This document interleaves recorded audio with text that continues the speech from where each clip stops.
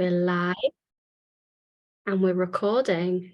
Wow. And that was nice and quick. That was very nice and quick, wasn't it? I'm a pro at it now, all this live and Zoom, and it's Perfect. Thank you so much for joining us again for this third, and I don't want to say final because it won't be final. There's going to be lots more, but for now, our third one, talking about intuitive eating. But that's not just really one topic on its own. There's so many subtopics to go to intuitive eating. It's not a straightforward thing. And we've discussed body acceptance in the last one. That was an interesting topic, to be honest. You're like me, talk all day about this. Oh gosh, yeah. I mean, there's so much to say. There's so much to say about it, and it's so nuanced, isn't it? There's so much. It's complex, and it's So anybody that wants to listen, honestly, we'll talk all day. So our intuitive eating, Ella's intuitive eating course that she's doing for us is starting tomorrow, and it's really, really exciting. We've got a lovely group of people already signed up. There's still chance. I said that membership doors are going to close tomorrow, but I changed my mind. They're going to stay open for a bit longer, because I know that so many people are still away. They're still not back at work, not back at school. So don't need to worry. The membership doors are going to be open for a bit longer. But if you want to join the intuitive eating course, then and have that as part of the membership, definitely sign up within the next 24 hours because it starts at 7:30. It's every Thursday. Yes, exactly. Yes. In 25 hours. So the time is on. So it's every Thursday for 11 weeks, and Ella will go over each principle and then have a recap at the end. And the last principle is talking about nutrition. Is that right? That is correct. Yes, it is called Honor Your Health with Gentle Nutrition, and it is at the end of the 10 principles for a reason. I'm a nutritionist, so nutrition is very dear to me, and I do like talking about the benefits of certain foods, and but what is even more dear to me is to talk about all of the other things that food gives us, the connection, the joy, the pleasure, the fuel that our bodies need. And just looking at nutrition as an isolated topic, I feel is just not very helpful. And the last principle talks about nutrition, and it talks about how certain foods can be beneficial for our health. It doesn't say that eating certain foods will be the holy grail for your health and you will be healthy forevermore. That's not what it's about. But there is science backing up that certain foods give us certain things and can potentially be health enhancing in some way or another. The reason that this principle comes right at the end is that it's very easy when you jump into intuitive eating to use that and make it into another diet or a food rule or a meal plan or something that restricts you in some way, shape or form. And what we want to do in intuitive eating is we want to have permission to have all foods as part of our life. And when we've worked through all of that and our relationship with food, and we kick diet culture in the ass, and we have kind of made peace with food, and we know what hunger sounds like, and we know what fullness feels like, then we can explore what certain foods feel like in our body, and we can explore the benefits of certain nutrients, and we can explore what foods maybe don't feel so good for us. But only after we've done all of the work and all of the other things is this a reasonably safe thing to explore. Because if you jump straight into this, you are inevitably going to make it into another set of rules and a rigid kind of meal plan. Yeah, which completely makes sense because you know, if you've gone straight from dieting, which many of us have, and then straight into intuitive eating, you still in the diet mindset, diet mentality, and it's kind of, there's a lot of people you know, saying this is not a diet, it's a lifestyle choice. And I've got a nice post scheduled about that tomorrow, so watch this space. But it's really honestly doing my head in. It's not a diet, and then it's like, but lose weight. And the dictionary definition of a diet as a verb is restriction in order to lose weight. So you can't like it's it honestly drives me crazy, because it's that term that you've used before, a diet in sheep's clothing, wolf in sheep's clothing. Yeah. It is. And it's not helpful, because we know that for the majority of people, majority of the time, diets don't work. And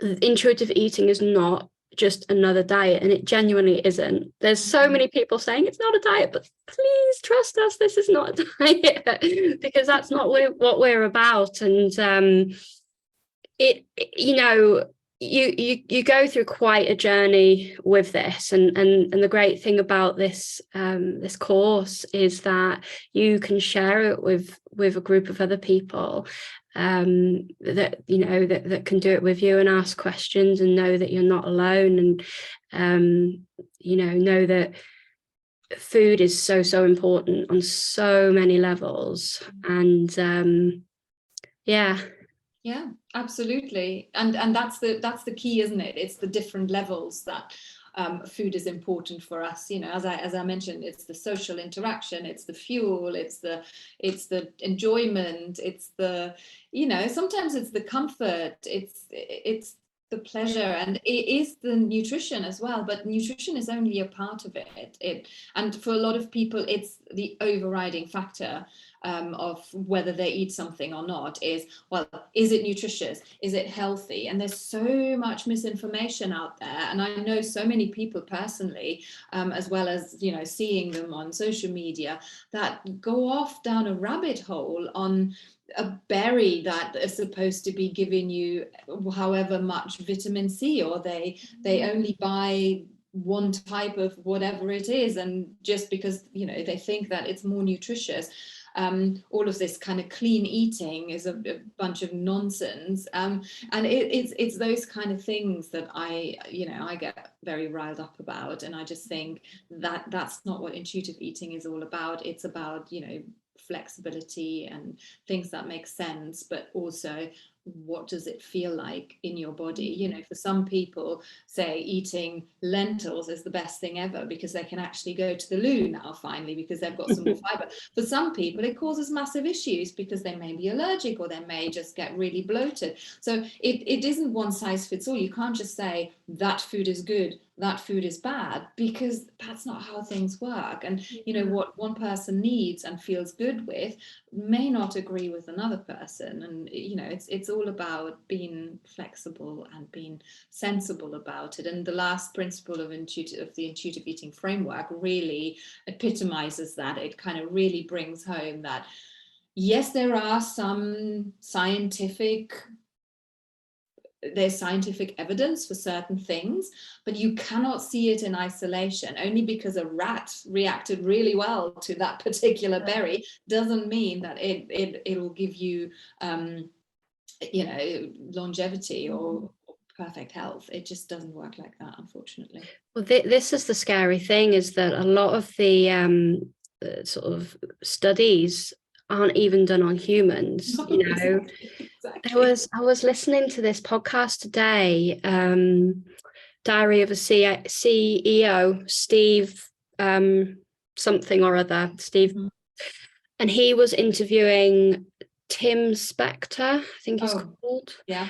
And you know, a lot of what he said was great. You know, calorie counting doesn't work. We shouldn't be concentrating on calories. And then obviously he then started talking about the obesity epidemic, and it just kind of, but a lot of things that he kept on saying, and he was making these statements, and then he was backing them up by, well, this is what happens when we test it on rats. Mm-hmm. And it's like, well, we're not rats.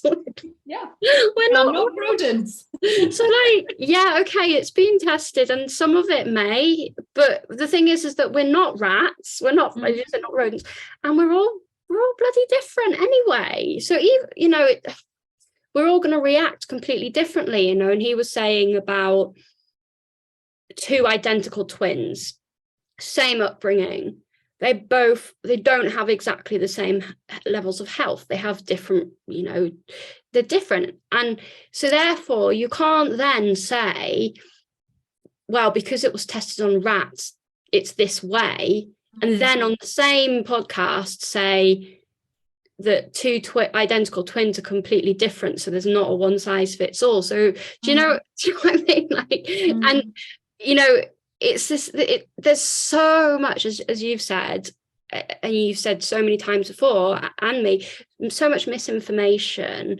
and we're all so desperately wanting to do the right things for our body. At the end of the day, we all come at it with good intentions, and when we're given the wrong information, and actually we're told to not listen to our bodies, to not trust our choices, which is the name of the course, but to not trust our choices, to not trust what our bodies need, because at the end of the day, we know how our bodies feel. We can get advice from other people, but if you're not in tune with how your body feels, then that relationship is never going to grow. It's never going to evolve into that level of acceptance, because it's like, if you're ignoring a partner, someone close to you, how do you ever expect to become closer? You can't ignore somebody and then expect to have a great bond with them. And it's the same with your health, isn't it? Like, in your body. Yeah, absolutely. And this whole this healthism, this kind of fear mongering around, you know, this is what you need to do to be healthy, making food like the holy grail of that. I find it doesn't sit right with me at all, because there isn't an awful lot of truth in that food can make or break your health at all. You know, yes, maybe food can be health enhancing in some way, but if you if you're gonna get sick, you're gonna get sick. There's, you know, you can eat as much of whatever as you want.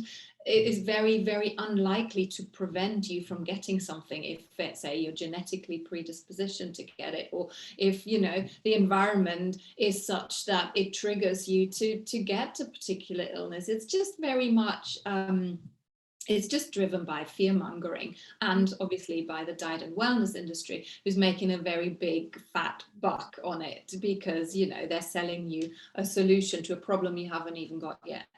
And it's that kind of thing that I just think is morally completely wrong. Because it's based on semi-truths or myths a lot of the time. Exaggerated a lot of the time, isn't it? And it makes a sexy headline, doesn't it? If you talk about superfoods and you talk about, oh, avoid these 5 foods and you'll be good. It just sounds a lot sexier than just, oh yeah, make sure you you eat what you like and you eat a balanced diet. You know, that doesn't sound very sexy, does it? You know, but if you tell people to buy whatever berry and whatever, I keep going on about berries, but you know, they have been hailed a superfood, haven't they? So, you know, that sounds a lot more interesting. And then, you know, was there a lot of conflict between when you studied to be a nutritionist to an intuitive eating counsellor? Oh my God, yeah. The cognitive dissonance drove me mad. I literally had to unlearn a lot of what I studied, and I had to see it with a different lens, because what I got taught so I did public health nutrition as my master's degree. So that is slightly different from the sort of very scientific bachelor's degree in nutrition. So we covered a lot of epidemiology and things like that. And it was a science degree, so I learned how to read and interpret studies. But because it was very weight centric and very heavily focused on the obesity epidemic and all of that nonsense, as a student, you often don't question those things. So you just swallow it and just think, oh, that's what it is. And for a long time, I was very much on the public health agenda. And, we need to lose weight and we need to eat 5 a day and we need to move more and all of those kind of things. There is a kernel of truth in all of that. Yes, it can help you feel better and look after your body, but it's not the whole picture. And when I found out about intuitive eating, I just thought, wow, that makes so much more sense to me, because I started reading into the studies, and I started reading studies that basically say the opposite of all of those rodent studies that are being used, and looked at the bigger picture of eating disorders and disordered eating and the mental health aspects of where the diet industry drives us to, and all of those kind of things. And yeah, just there's a huge amount of cognitive dissonance that I had to deal with, and unlearn and relearn and see it with a different lens. And I'm still doing that, still doing that now. Every now and again something crops up that I thought, oh, that's what I learned at university. So it shows great strength of character though, doesn't it, to kind of, and I think when it comes to food and exercise, and a lot of people base their whole identity on it, and then I think this probably explains why so many people get annoyed when you start questioning those, when it makes them question their beliefs, because that's questioning their identity, and